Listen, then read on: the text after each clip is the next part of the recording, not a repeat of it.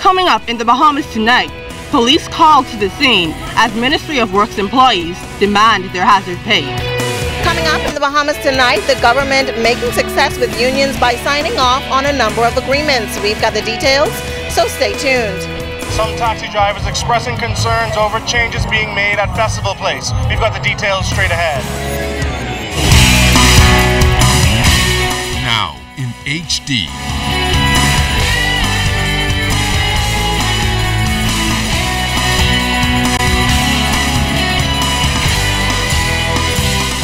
ZNS Network presents The Bahamas Tonight. This portion of the news brought to you by BTC Every Day. Good evening, everyone. I'm Keisha Adderley. And I'm Candino Knowles. Thanks so much for joining us. Topping the news tonight, there were some more tense moments at the Ministry of Works today as labor pains persisted. Frustrated employees packed into the foyer of the Thompson Boulevard headquarters, adamant about securing overdue hazard pay. Well, in another of a series of protests, the group was hoping to gain an audience with the Minister of Works, Philip Davis, but was unsuccessful. Fed up with their union, the group says it's now taking a stand for itself. Cleopatra Murphy has a story. Police officers were called to the Ministry of Works today as a group of irate employees continue to demand hazard pay they claim is owed since 2005. The group was hoping to see Minister of Works Philip Davis, but had no success, and Permanent Secretary in the Ministry of Works Colin Higgs was seen exiting the building and leaving in a vehicle without addressing them. The workers say they are frustrated because although Davis promised their money 3 weeks ago, it has not materialized. Speaking on behalf of the group is Stephen Douglas. There are co-workers of ours who have already been paid. They've been paid on a monthly basis. We haven't received a dime yet. Now, if the minister is man of his word, if he mean what he say and say what he mean, then we should have been paid. Douglas says the group represented by the Bahamas Public Services Union is also fed up with that union and their president, whom they claim is not working in their interest. A bone of contention is the $200 million industrial agreement President John Pinder signed last week. John waiting on an appointment or a candidacy for an election post in one of the major political parties. That's what he's waiting on. This do not work the paper that is written on. Right. It doesn't work the paper that is written on. There's no benefits. We have workers who've been on the job for 19, 20 years, still being paid weekly. BPSU Executive Vice President Kimsley Ferguson confirmed that he spoke with the Permanent Secretary, who shared there would be a meeting held at the Department of Public Services on Monday to address the matter. He says after that meeting and hearing from relevant authorities, the union will determine if industrial action is necessary. I am making a public appeal this morning that at that meeting, the union has a seat at the table to actually sit and contribute to the concerns of our membership. Then it would put us in a position to be able to come back to this membership and say this is where we are. Union members are adamant they want their monies now, but say they are willing to await the outcome of Monday's meeting before resuming protests. Cleopatra Murphy, ZNS Network News.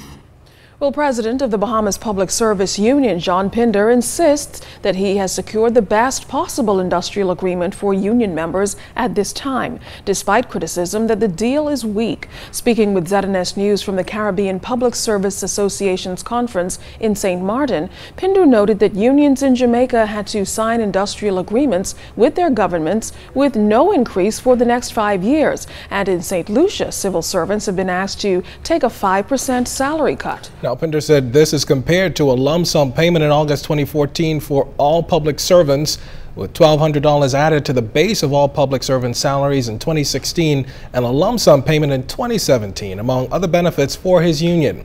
Now, speaking to outstanding hazard pay, Pinder says as of July 1st, relevant workers will have $200 attached to their monthly pay, while the overdue amount is being worked out by the Department of Public Services. Now, the union president also hit out at the suggestion of political interest, saying as long as he heads the union, he will not align himself with any political party. Well, despite protest after protest from various unions, Labor Minister Shane Gibson says significant progress has been made in recent weeks with the signing of several industrial agreements. Now, the minister says there are still some unions that have yet to resolve their mounting issues with government. And Minister Gibson concludes that it all boils down to compromise. Janine Ferguson reports.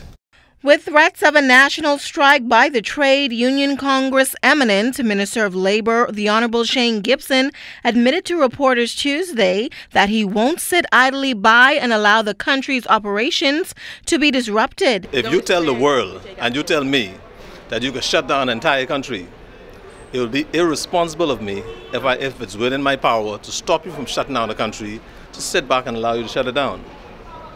Right, so the law works on both sides, and so I would never discourage anybody from doing what they have to do. Likewise, I don't want them to try to discourage me from doing what I have to do, because I have a responsibility to the Bahamas as well. But that's not the only union up in arms. A group of Ministry of Works employees protested Tuesday about last week's industrial agreement signed between the Bahamas Public Services Union and the government.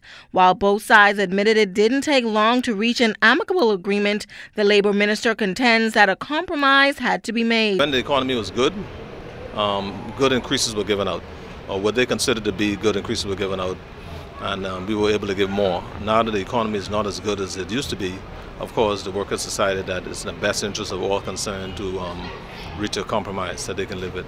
And compromising, the labor minister suggested, seemed to work in not only the Public Services Union's favor, but a number of other unions as well. We signed the doctors' agreement a couple of weeks ago. We signed the Public Hospital Authority. We signed the nurses' agreement. We signed the Airport Authority agreement. Those persons understood the position to be in. They reached a compromise. This is their second increase they're getting when Customs and Immigration haven't gotten any yet. Right? They signed two. Okay, so what I'm saying is, if they decide that they want to be reasonable and understand and accept and compromise, that's one thing. But if you want to be unreasonable, then you will continue to wait. Now, Minister Gibson added that there is also plans in the works to make many contract workers permanent and pensionable. 3,000 or 4,000 persons who are working for the public service for almost 20 years who want to become civil servants. It is all a matter of dollar and cents. So when we are able to do it, we will, but we've committed to doing that. Janine Ferguson, ZNS Network News. The vibrantly colored festival place located on Prince George Wharf is undergoing some much-needed renovations as officials look to restore the look that meets the goal of welcoming visitors. As Jared Higgs tells us, the renovations have resulted in some changes to the flow of activity at the popular tourist venue. It's the place where many visitors, especially cruise passengers, first set foot on New Providence. Renovations at Festival Place have resulted in changes at the venue, including a change in flow of tourists when they arrive at the port. Director of Maritime Tourism, Janet Johnson. Today we did a dry run for Festival Place. We closed the building to all passengers, and we moved Festival Place to the outside. Taxi drivers, who were once able to enter the building to attract tourists for fares, now cannot, and they're not all comfortable with that. It's a little chaotic. Right. It's a little chaotic right now, but once a little bit more organizing. This have to be preserved. This area right here. This have to be preserved for the Bahamians who already been working here all of this time, who always been influencing the American people to come back here to still spend money with us on large levels, to still be influenced to say, you know what, it's still better in the Bahamas. Now, officials say that this is a trial period while renovations take place, and other groups such as hair braiders say that the change of flow has had positive effects for them. The system what they change now, it's a little better because the crowd flowing this way, where everybody coming this way, and we can make some money. The hair braiders said that they haven't had a better day in a long time, so they've seen a lot of business.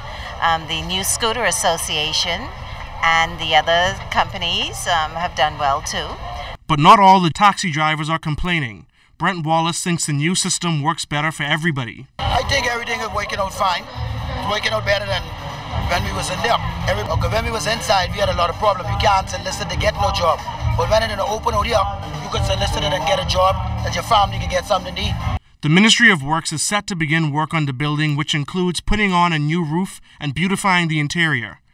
The director of maritime tourism explained that the building was designed to accommodate 5,000 passengers, and with some days bringing 20,000 visitors, the renovations are long overdue. Jared Higgs, ZNS Network News.